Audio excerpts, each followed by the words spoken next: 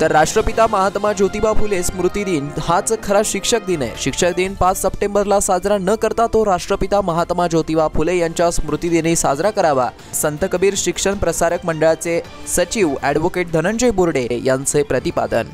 पण राष्ट्रपिता हे काही संविधानिक पद नाहीये आणि ते तुम्ही माहिती अधिकारात एका बिहारच्या विद्यार्थिनींनी विचारलं होतं, तुम्ही सुद्धा आता विचारणं सुरू करा। तर राष्ट्रपिता आपले महात्मा गांधी नाही आहेत, आपले राष्ट्रपिता खरे मध्ये महात्मा फुले आहेत। तर आपण ह्या पुढचा जो शिक्षक दिन राहील तो राष्ट्रपिता महात्मा फुले यांचा स्मृती दिन हाच खरा शिक्षक दिन म्हणून आपण बनवू सगळेजण। हा डॉक्टर राधाकृष्णन यांचा जन्मदिवस शिक्षक दिन म्हणून का बरं? म्हणून आम्हाला हे शिकवावं लागेल की या देशामध्ये शिक्षक दिन जर साजरा करायचा असेल तर तो महात्मा फुलेंच्या नावावर करावा लागेल। शिक्षक दिन 5 सप्टेंबरला साजरा न करता तो राष्ट्रपिता महात्मा ज्योतिबा फुले यांच्या स्मृतिदिनी साजरा करावा, असं परखड मत प्राध्यापक दिलीप महालिंगे यांनी गुरुवारी क्रांतिज्योती सावित्रीमाई फुले माध्यमिक विद्यालय येथे आयोजित कार्यक्रमात व्यक्त केले। यावेळी अध्यक्षस्थानी संत कबीर शिक्षण प्रसारक मंडळाचे सचिव ॲडव्होकेट धनंजय बोर्डे हे होते। राष्ट्रपिता महात्मा फुलेंचा स्मृती दिन, राष्ट्रपिता महात्मा फुलेंचा स्मृती दिन, राष्ट्रपिता महात्मा फुलेंचा स्मृती दिन। जय गुरु, जय भीम, जय संविधान, सगळ्यांचा अभिनंदन। शिक्षण महर्षी माधवराव बोर्डे प्रतिष्ठान व संत कबीर शिक्षण प्रसारक मंडळाच्या संत कबीर प्राथमिक शाळा आणि क्रांतिज्योती सावित्रीमाई फुले माध्यमिक विद्यालय भीमनगर भावसिंगपुरा यांच्या संयुक्त विद्यमाने क्रांतिज्योती सावित्रीमाई फुले माध्यमिक विद्यालय येथे प्राध्यापक दिलीप महालिंगे यांच्या व्याख्यान कार्यक्रमाचं आयोजन गुरुवारी सकाळी करण्यात आलं होतं। यावेळी संत कबीर शिक्षण प्रसारक मंडळाचे सचिव ॲडव्होकेट धनंजय बोर्डे हे अध्यक्षस्थानी होते, तर क्रांतिज्योती सावित्रीमाई फुले माध्यमिक विद्यालयाचे मुख्याध्यापक BT भामरे, संत कबीर प्राथमिक शाळेचे मुख्याध्यापक SN मोरे आदींची प्रमुख उपस्थिती होती। 28 नोव्हेंबर राष्ट्रपिता महात्मा ज्योतिबा फुले स्मृती दिन हाच खरा शिक्षक दिन अशी घोषणा विद्यार्थ्यांनी दिली। यावेळी दोन्ही शाळेचे विद्यार्थी, पालक, शिक्षक यावेळी राजेंद्र कायस्थ्य, संजय सपकाळ, विशाल Tomar, Shivaji Barde, Ranjana Dahake, Anuradha Suradkar, SM Domale, NZ Shaikh, SA Jadhav, NB झुंबड, PS गोरे यांच्यासह शिक्षकेतर कर्मचारी, पालक, विद्यार्थी मोठ्या संख्येने उपस्थित होते। कार्यक्रमाचं सूत्रसंचालन ज्ञानेश्वर कड यांनी केलंय, तर आभार प्रदर्शन रंजना डहाके यांनी केलंय।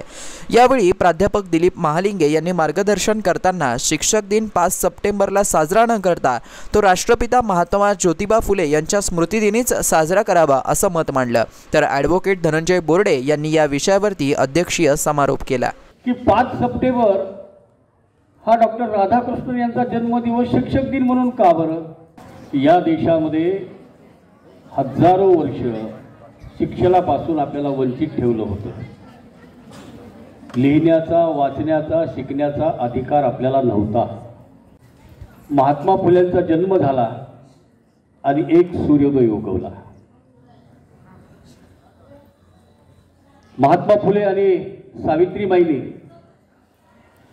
या देशातल्या अज्ञानाचा अंधकार दूर करण्यासाठी आपल्या आयुष्याची होळी केली,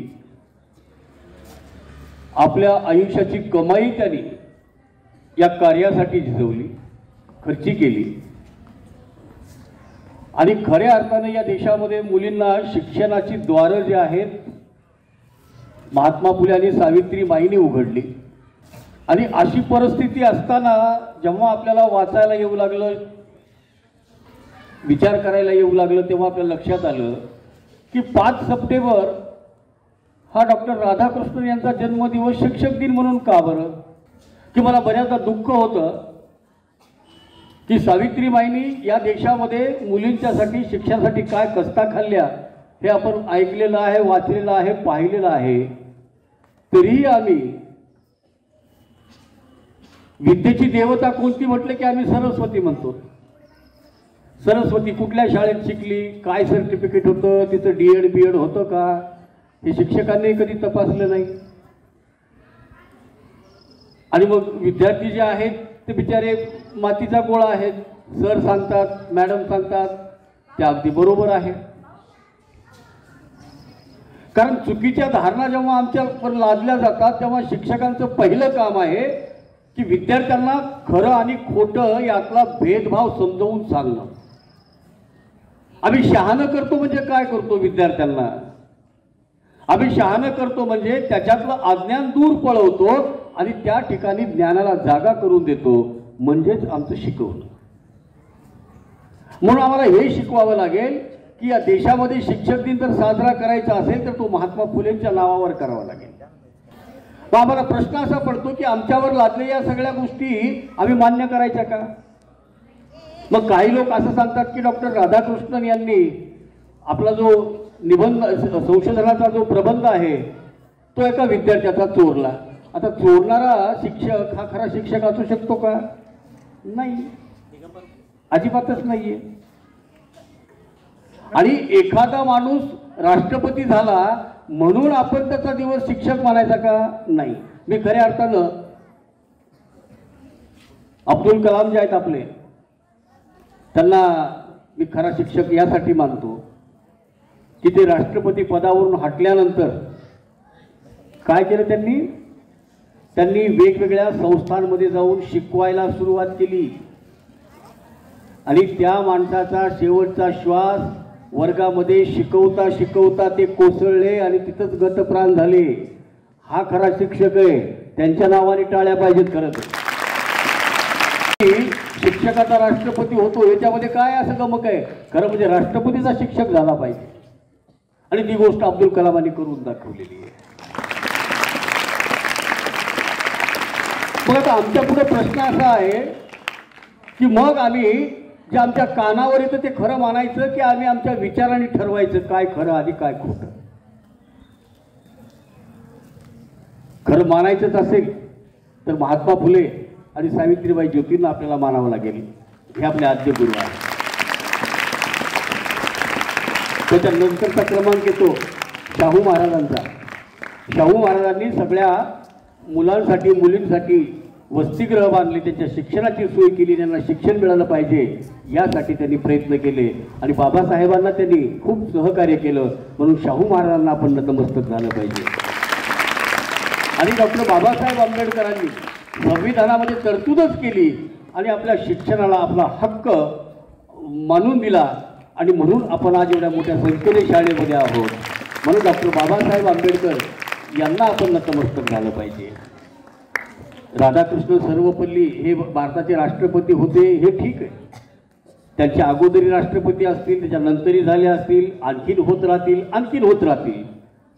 पण त्यांचं सामान्य विद्यार्थ्यांसाठी समाजासाठी नेमकं काय कार्य आहे याच्याबद्दल आपल्याकडं माहिती नाही आहे.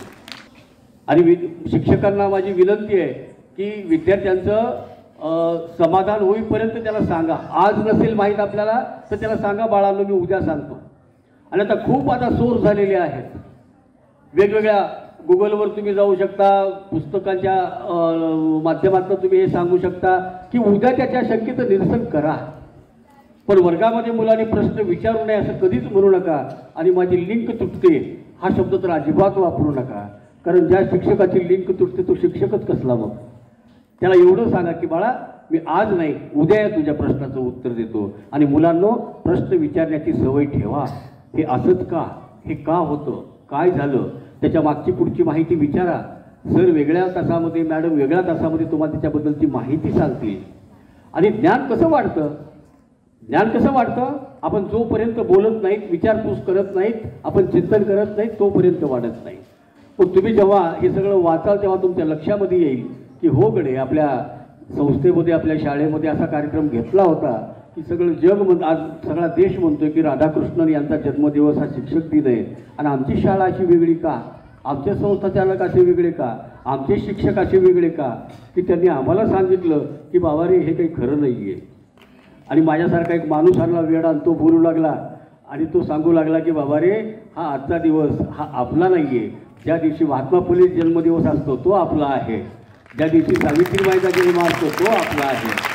ज्या दिवशी डॉक्टर बाबासाहेब आंबेडकर जन्मतात तो आपला आहे. राजर्षी शाहू महाराज जन्मतात तो आपला आहे. बाकीचा हा थोतांड जो आहे, कर्मकांड जे आहे, याला काही अर्थ नाही. की शिक्षक दिन साजरा करण्याचा एखादा GR किंवा शासनाची नियमावली मी आमच्या शिक्षकांना विचारली. शिक्षकांना, मुख्याध्यापकांना कोणालाच त्याबद्दल माहिती नाही. आणि हा कार्यक्रम सर्रासपणे संपूर्ण भारत देशात बनवण्यात येतो. राधाकृष्णन त्यांनी त्यांच्या स्टुडंटच्या थेसिसची चोरी करून PhDचा प्रबंधसुद्धा चोरलेला आहे आणि त्याच्यावर त्यांनी पुस्तक लिहिलेलं आहे. आणि तो स्टुडंट नंतर त्यांच्या विरोधामध्ये हायकोर्टामध्ये गेला होता आणि हायकोर्टामध्ये ते प्रकरण प्रलंबित असताना त्यांनी बाहेर सेटलमेंट करून ते प्रकरण मिटवण्यात आलेलं आहे.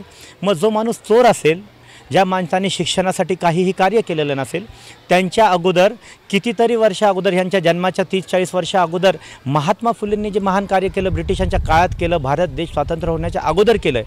मग महात्मा फुलेंनी जे कार्य केलेलं आहे त्यांचा जन्मदिन किंवा त्यांचा स्मृतिदिन हा शिक्षक दिन बनवण्यापेक्षा ह्या एका फक्त ब्राह्मण असल्यामुळे जर एखाद्या माणसाचा जर जन्मदिवस तोही त्याच्या स्वतःच्या सांगण्यामुळे जर शिक्षक दिन बनवत असेल तर यापेक्षा वाईट शोकांतिका असूच शकत नाही. म्हणतात ना महात्मा गांधी, पण राष्ट्रपिता हे काही संविधानिक पद नाही आहे. आणि ते तुम्ही माहिती अधिकारात एका बिहारच्या विद्यार्थिनींनी विचारलं होतं, तुम्ही सुद्धा आता विचारणं सुरू करा. तर राष्ट्रपिता हे आपले महात्मा गांधी नाही आहेत, आपले राष्ट्रपिता खरेमध्ये महात्मा फुले आहेत. तर आपण ह्या पुढचा जो शिक्षक दिन राहील तो राष्ट्रपिता महात्मा फुले यांचा स्मृती दिन हाच खरा शिक्षक दिन म्हणून आपण बनवू सगळेजण. आता आपल्या संस्थेमध्ये आपण 2 वर्षापासून हा प्रयत्न करतोय की शिक्षकांना आपण विचारलं, तुमच्या शिक्षकांना, की तुम्ही शिक्षक आहात, तुम्ही सांगा शिक्षकाचा शिक्षक दिन खरा कधी बनवायचा. तर त्यांनी सुद्धा याच्यामध्ये प्रतिकूल उत्तरं, काही पॉझिटिव्ह काही निगेटिव्ह आले. मी आतापर्यंत माझ्या लहानपणी शाळेत शिक्षक दिन बनवत आलो माझ्या शिक्षकांचं ऐकून. तर ह्याच्या पुढे आपल्याला विज्ञानवादी व्हायचं आहे, संविधानवादी व्हायचं आहे आणि महात्मा फुलेंनी जे सांगितलं होतं ते सत्यशोधक आपल्याला बनायचं आहे. प्रत्येकाला सत्यशोधक म्हणजे आता प्रत्येक गोष्टीचं सत्य तुम्ही तुमच्या शिक्षकांसाठी सगळ्यांसाठी. आता मी सांगतो, त्या दिवशी त्या लेक्चरमध्ये विद्यार्थ्यांना जे जे प्रश्न वाटतात, धार्मिक सणाबद्दल असेल, जयंतीबद्दल असेल, जे काही असेल, तर ते त्यांनी विचारायचं शिक्षकांना की हे का होते. आणि त्याची वास्तविकता, त्याचं सत्य जोपर्यंत विद्यार्थ्यांना पटत नाही तोपर्यंत ते त्यांनी समजवत द्यावं. म्हणजे आता समजा काही दिवसानंतर, आता याच्या अगोदर काहीतरी रक्षाबंधन झालं होतं ना, आम्ही 2 वर्षापूर्वी सरांना म्हटलं होतं, सर आपल्या शाळेमध्ये रक्षाबंधन नाही झालं पाहिजे. ते रक्षाबंधन करण्याऐवजी दीक्षाबंधन का नाही करायचं? बहिणीला तिची दीक्षा का नाही द्यायची? एखादी बहीण गरीब असेल, तिची मुलं शिकत नसतील, नवरा वारला असेल, तिची आर्थिक परिस्थिती चांगली नसेल, मग त्या भावाने रक्षाबंधन करण्यापेक्षा दीक्षाबंधन का नाही करू? दीक्षा द्यायची तिला, दर वर्षातून एकदा जायचं, राखी नाही बांधायची, वर्षभराचा खर्च द्यायचा बहिणीला. चांगलं वाटेल की नाही? करतात का भाऊ लोक? तर आपण सुरुवात करा. तर तुम्ही राखी बिंगी बांधणं बंद करा, पटत असेल तर करा, माझं काही म्हणणं नाही. पण विज्ञानवादी दृष्टिकोनातून विचार करा की राखी बांधणं त्याच्यानेच रक्षा होते का? आजकाल आता एवढे अत्याचार होऊ लागले. जर मानसिकता मुलांची बदलली तर, की त्यांनी प्रत्येक नुसती राखी बांधली तर ती बहीण, आणि जिने नाही बांधली ती कोण? म्हणजे मग तिला कसंही बघू शकतो तो का? असं नाही झालं. मानसिकता बदलली पाहिजे. जिला राखी बांधली तीच बहीण नाही पाहिजे.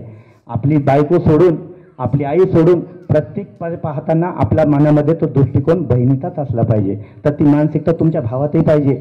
त्यांनी तिला म्हणायचं भावाला की अरे मी तुला राखी नाही बांधते बाबा, तू असं समज, तुझ्या नजरेसमोर जेवढ्या येत असतील त्या तुझ्या बहिणी आहेत, राखी न बांधता. जसं बाबासाहेब आंबेडकरांनी हिंदू कोड बिलमध्ये जो अधिकार दिला ना तुम्हाला महिलांना, तर कोणाची राखी नाही बांधली बाबासाहेबांनी, कोणी राखी नव्हती बांधली. तर बाबासाहेबांनी राखी न बांधून घेताना सुद्धा करोडो महिलांना त्यांचा हक्क मिळवून दिला. महापुरुषांना आपण मानतोच, पण आपल्या सर्वांना हे मिळणारं स्त्रोत जे होतं ते डॉक्टर बाबासाहेब आंबेडकरच होते. म्हणून आपल्याला बाबासाहेब आंबेडकरांना आदर्श ठेवावंच लागेल सर्व महापुरुषांसोबत. तर त्याच्यामुळे बाबासाहेब आंबेडकरांना जेव्हा आपण आदर्श मानतो, डॉक्टर बाबासाहेब आंबेडकरांची जयंती ही पूर्ण जगामध्ये वर्ल्ड नॉलेज डे म्हणून मनवल्या जाते. माहिती आहे का तुम्हाला? मग वर्ल्ड नॉलेज डे म्हणजे जागतिक ज्ञान दिवस. मग जागतिक ज्ञान दिवस म्हणजे पूर्ण जगात ज्याला ज्ञानाचा दिवस, ज्याचा जन्मदिवस माणसाचा म्हणजे जगामध्ये ज्ञान दिवस म्हणून जर मनवत असेल तर त्यांना किती ज्ञान असेल, अफाट ज्ञान. मग त्या बाबासाहेबांनी म्हटलं होतं, इथं नाशिकच्या जवळ येवला आहे, माहिती आहे का कोणाला? येवला शहर. तिथे त्यांनी प्रतिज्ञा केली होती की मी, माझा जन्म घेणं माझ्या हातात नव्हतं, मी हिंदू म्हणून जन्माला आलोय. ते जेव्हा जन्म झाला तेव्हा हिंदू होते, पण मी हिंदू म्हणून मरणार नाही. मग त्यांनी अभ्यास केला सर्व धर्मांचा आणि शेवटी बुद्ध धम्माची दीक्षा घेतली नागपूरला. माहिती आहे ना सगळ्यांना? पण हे माहिती आहे का की बुद्ध धम्माची दीक्षा घेताना डॉक्टर बाबासाहेब आंबेडकरांनी 22 प्रतिज्ञा दिल्या. तर 22 प्रतिज्ञा डॉक्टर बाबासाहेब आंबेडकरांनी ज्या दिल्यात, तर 22 प्रतिज्ञा आज माहीत करून घ्या. म्हणजे मी जे हा जे करू लागलो ना, एवढं हे खूप विरोधात करू लागलोय बेटा. मागे एक व्याख्यानमालांचा कार्यक्रम घेतला असेल, तुमच्या आई वडिलांना माहीत असेल सिटीमध्ये आम्ही. तर त्यात जे व्याख्या ते बोलवले ते जीवावर उदार होऊन फुले शाहू आंबेडकर विचारधारासाठी काम करणारे आहेत. त्यांना आणलं म्हणून मलाही त्रास सुरू झालेला आहे. पण तरीसुद्धा मी तीच गोष्ट कंटिन्यू करणार आहे.